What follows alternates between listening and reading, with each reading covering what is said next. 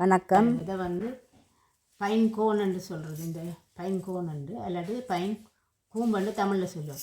இப்போ அது கூம்பு வடிவத்தில் இருக்குது. அப்படியே தான் இது அப்படி சொல்லுவோம். இப்போ நான் இதை எடுத்து தான் அது பிறகு இது வந்து விரிஞ்சிட்டா இப்படி இருக்குது.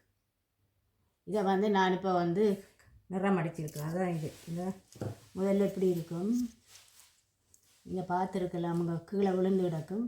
இதைத்தான் நான் இப்போ வந்து நிறம் அடிச்சிருக்கிறேன் பொன் கலரில். இதை எடுத்து எப்படி நாங்கள் இந்த கிறிஸ்மஸ் நேரத்தில் மேசையில் எப்படி வைக்கலாமென்று பாருங்கள். இலகுவானது தான், நீங்களும் செய்து மேசையில் வைங்க. இதை என்ன செய்கிறோம், இதை எடுத்து கலர் அடித்து போட்டு இதில் வந்து இதால் குழுவால் வந்து போட்டுட்டு அப்படியே ஒட்டி விடுறதா. சிவத்தை காய் போட்டது வந்து நீங்கள் வெளியால் நடந்து போய்க்கல, நீங்கள் இதை கண்டா இதை வட்டி கொண்டு வந்து இதை செய்யலாம்.